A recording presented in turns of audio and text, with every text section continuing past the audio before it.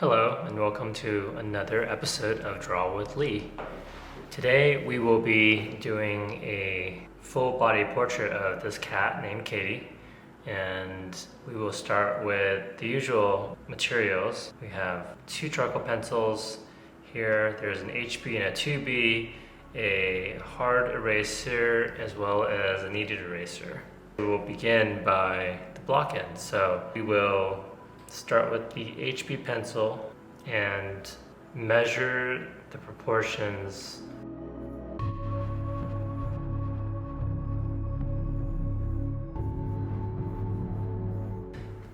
specifically with this subject matter. I will make sure that all the elements of Katie here fits within the page. Otherwise, you may get in trouble with the amount of spacing available.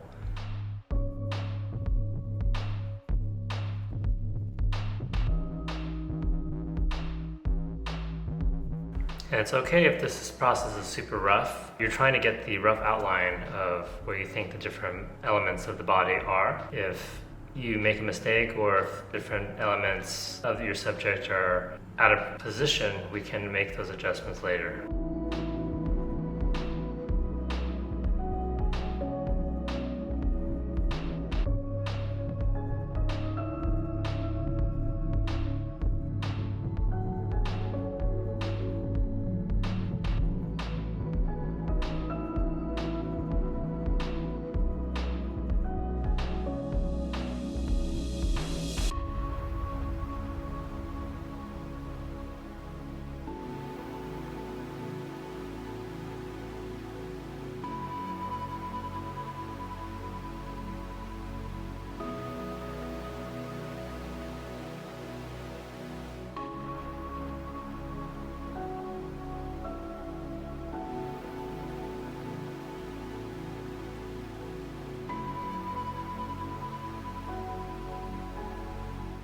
And as you can see, it's super rough. We just want to make sure that the general block and shapes make sense here.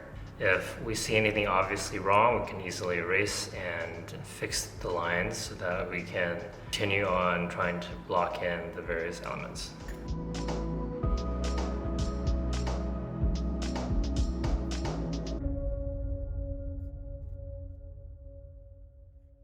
Once we feel pretty comfortable about where everything is at, we want to confirm that the general locations of things make sense. So here we'll do some measurements. And the way I measure is to hold up my pencil in front of you and ensure that when you're looking at your subject matter, that the various lines that you can identify relative to one another is at the correct angle.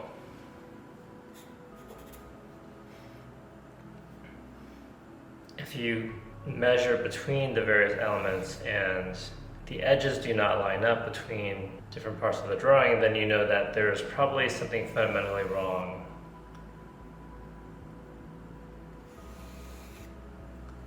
with where some of your elements are located. So here, I did a measurement between the side of the face and the left foot, and it looks like the foot is too far forwards relative to where the subject should be.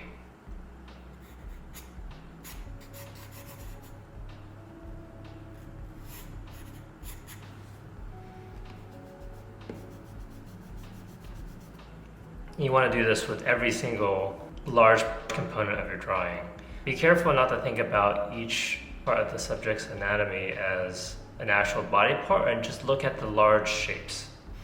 So I don't think about this as like a foot per se or a leg per se. I just see a large block of shadow that needs to be addressed when it comes to the shape of the drawing.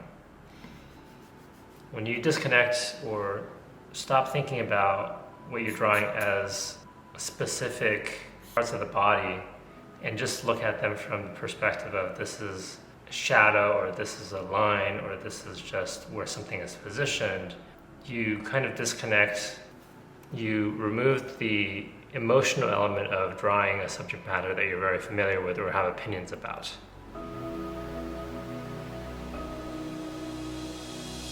So we'll continue doing this measurement to make sure that nothing is out of place. And it's important to be patient here because this is the foundation of the rest of your drawing. If you get something wrong here, you can certainly fix it later when you notice that something is out of position, but it becomes harder and harder as you get more refined with your line and start adding shadow.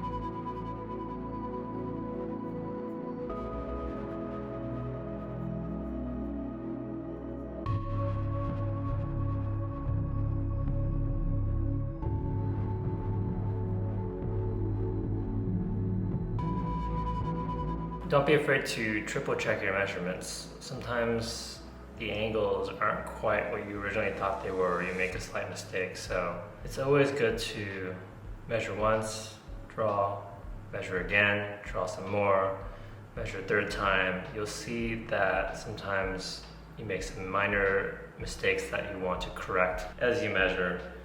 We're not computers with perfect rulers, so make sure you use your arm and your pencil directionally so that you can check the angle between the drawing and the subject.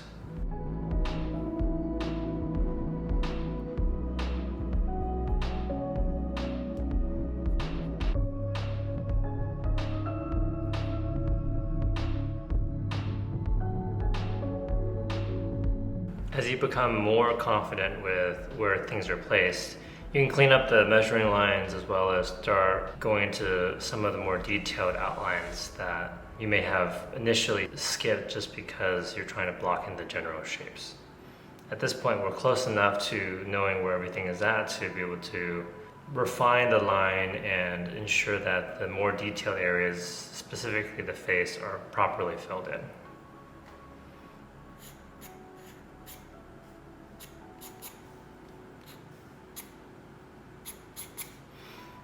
Think of this as macro shape building to more micro detailed block in.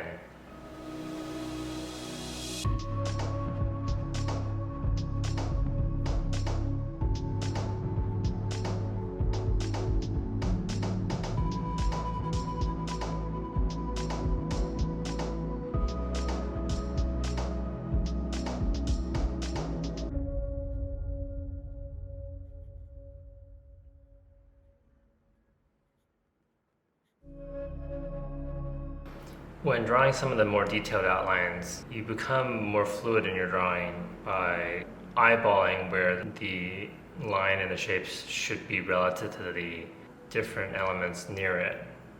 And that doesn't mean that you stop measuring, but the measurements are more through the eyes and less so broad arm and pencil-based measurements. You already know where the face is relative to the rest of the subject. Now you need to measure between the different lines that you see within the face itself.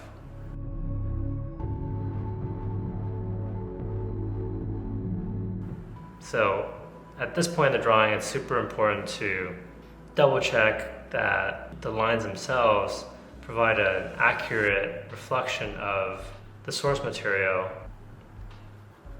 It may look good enough to reflect your perspective that it is good drawing of a dog or a cat or a human, but if it doesn't quite capture the essence of the subject, then you need to keep working on the proportions to the point where you feel comfortable with its rendition of the subject itself.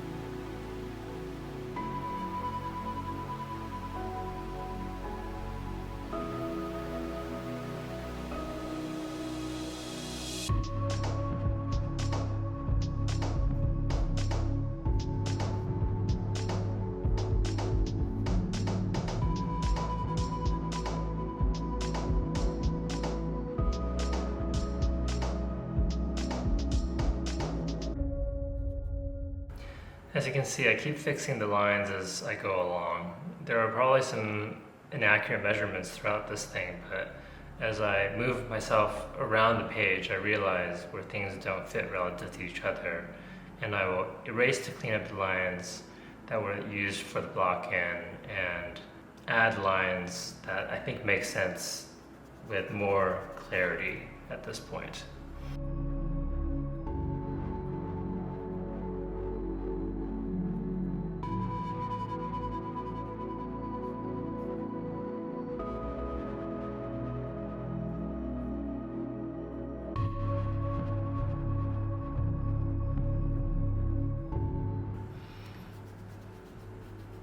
Okay, I'm feeling pretty good about the measurements at this point.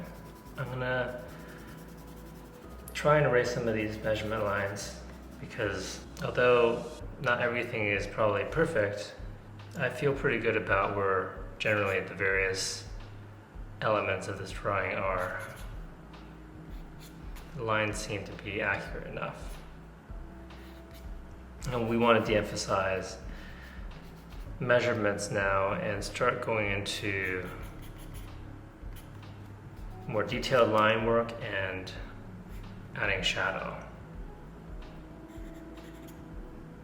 I'm pretty happy with where everything is at right now, so it's a good stopping point to stand back, look at everything, make sure you're happy with where everything is at before you move forward.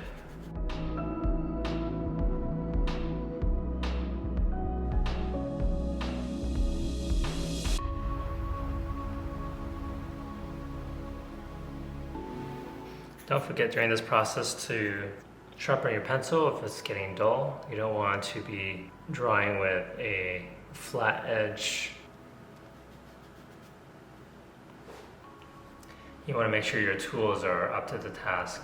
It's easy to get lazy and skip that process, but ultimately if you continue to sharpen your tools the correct way, you'll end up with a better result.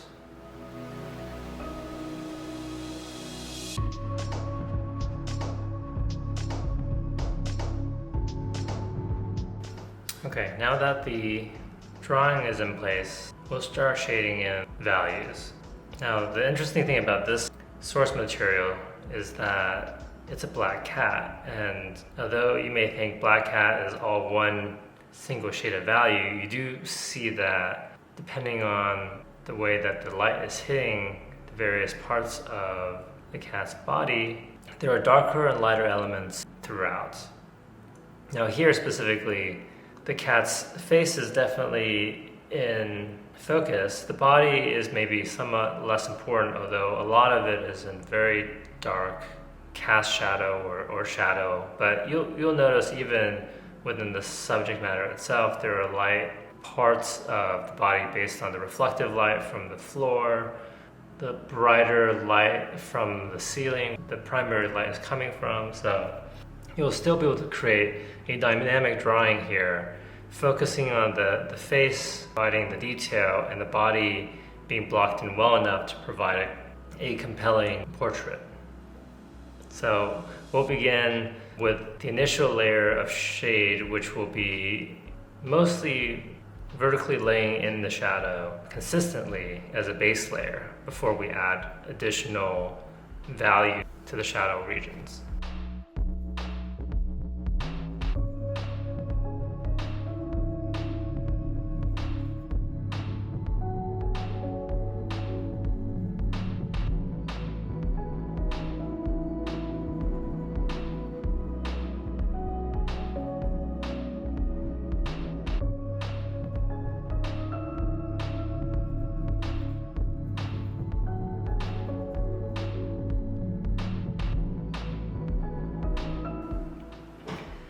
You'll see that I like to start out with this vertical hatching technique because it provides me with a way to easily put a single value base layer on all the shadow regions. Where I accidentally put too much value, like between the hash regions, it's easy to go back in with a kneaded eraser and fill in the gaps. So you have a consistent level of shadow everywhere is a good starting point, especially on a subject like this that is primarily black.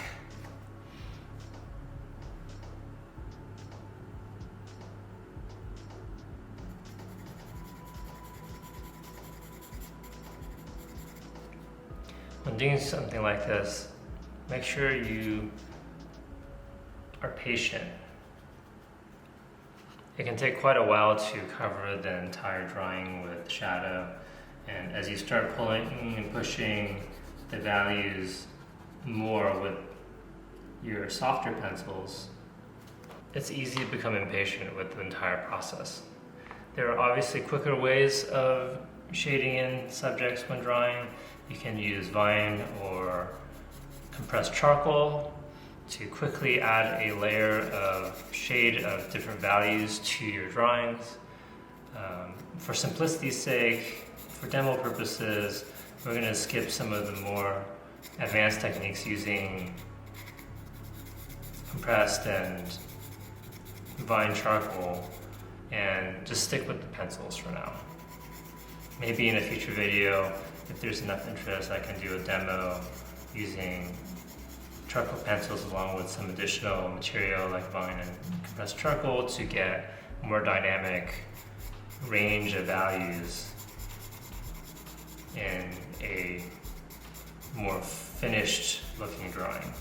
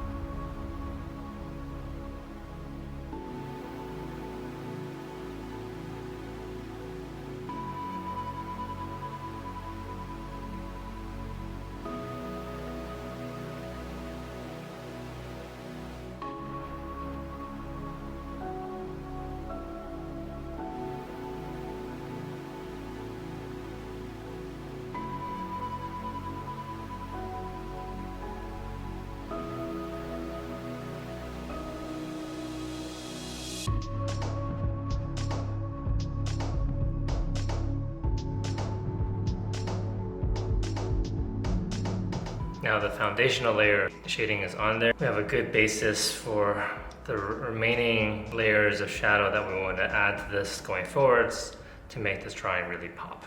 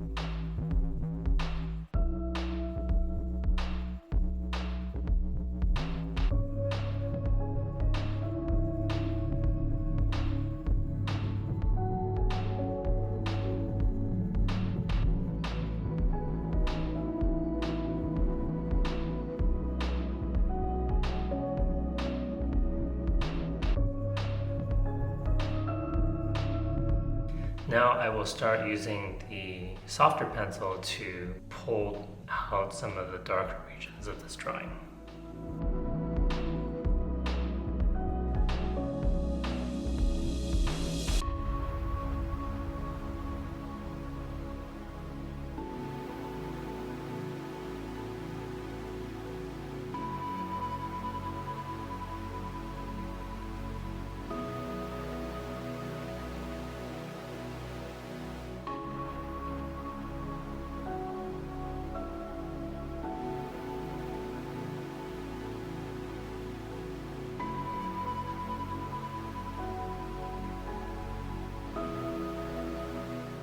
Now that I'm using the softer pencil, I will start using more of a cross-hatching technique to layer in some of these darker shadows.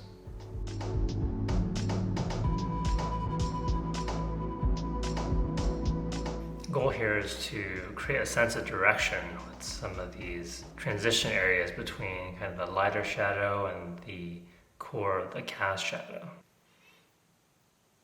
So between like this area above and down below in the core of the cast shadow, there being a transition where the fur kind of layers itself where the values adjust. And you can capture that using proper cross-hatching technique here.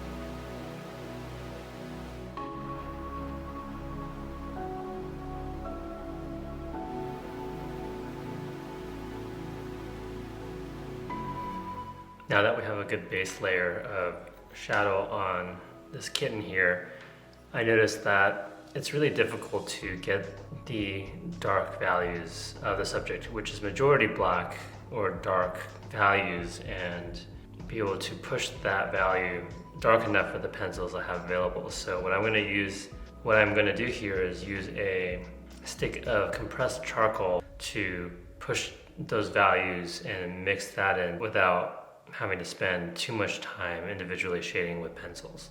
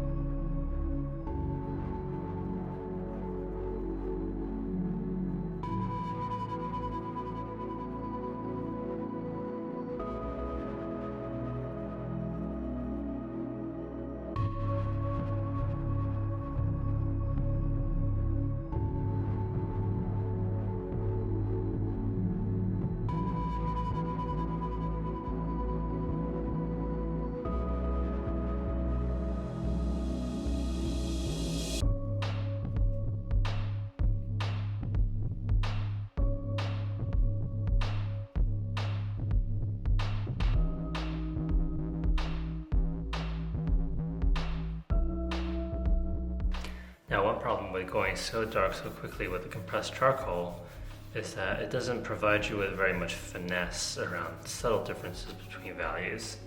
So even though we layered in some really dark shapes, we'll still want to refine those values to make this drawing really pop. The transitions between the really dark areas and the slightly lighter shadows, the highlights of the dark fur, still need some additional finesse before this drawing can be considered complete.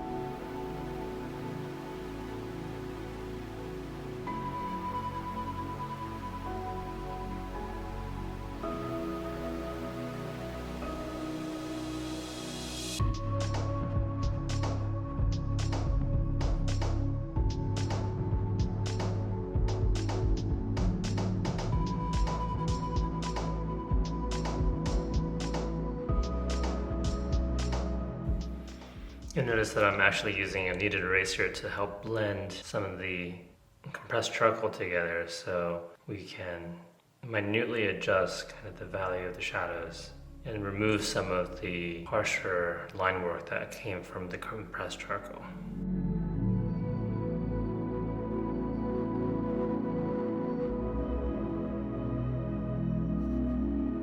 You can also use your finger to do some blending.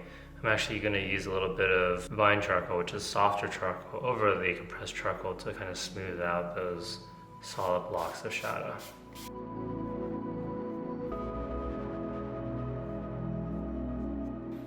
Also, in order to make the highlights pop a bit more, I feel like the background is too bright, especially since there's very little contrast between the cat's paws and the tuxedo spot under her chin. So one technique that you can do is use vine charcoal and provide a bit of a background to this drawing. So what we can do is just lightly use the vine charcoal and color the entire background with a light layer that we will blend so that it creates a light gray background that the subject can pop under.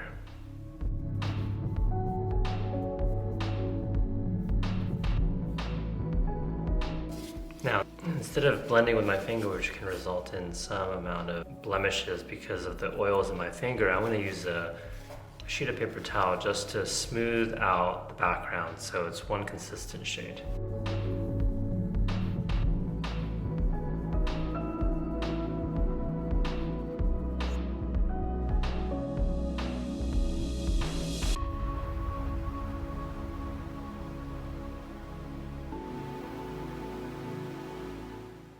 Now that I have kind of a gray background in place, I can finesse the outline kind of was blurred out by the paper towel and make sure that the natural blur that was kind of created there still provides me with a transition into the cat to make sure that there's a distinct subject that we're trying to capture here.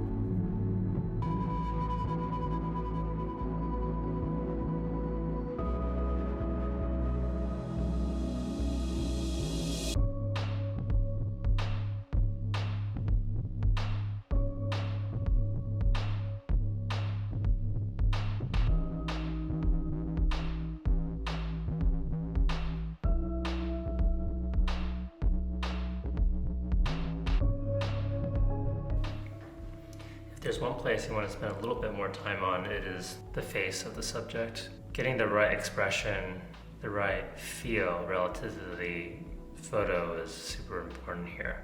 And even if maybe the rest of the body is a little bit rougher, the face needs to be expressive and showcase kind of the portrait that we're trying to capture. So take your time and make sure that if there's any adjustments that need to be made there, that you're patient with those changes.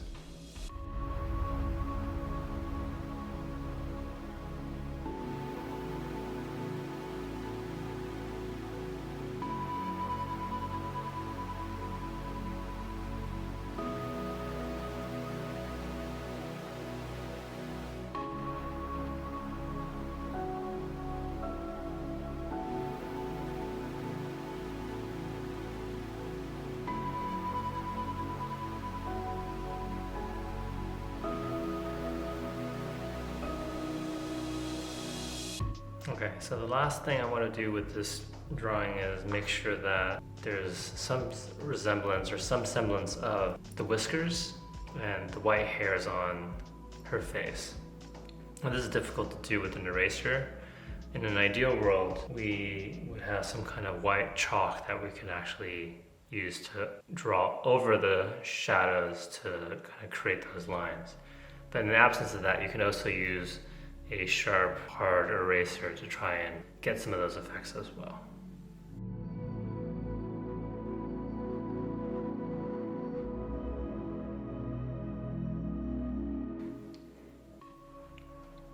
If you make a mistake on any of those lines, it's not a big deal. You can always shade back in those mistakes to correct them.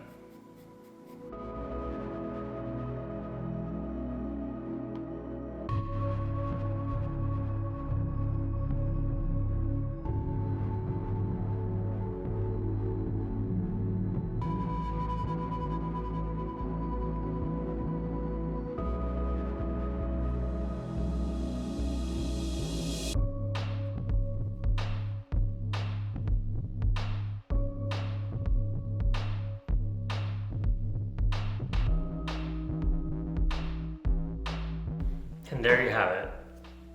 Now the drawing itself has a almost sketchy quality to it. This is intentional, right? Like, you don't always want to have the most technically accurate drawing. You want to express some amount of emotion. Art is not static, it's an exact replica of copying from real life. But at the same time, there's a good enough blend of accuracy of capturing the emotion of the subject with the resulting kind of expressiveness of the drawing that allows you to pass this off as a gift or some kind of artistic product that you can share with friends and family. Thank you for watching. If you liked this tutorial, please give me a like. If you want to subscribe for updates on new videos, please do so as well. I appreciate your continued support of this channel. And be on the lookout for future videos of portraiture and pet drawings. Thanks for watching, and I will see you next time. Take care.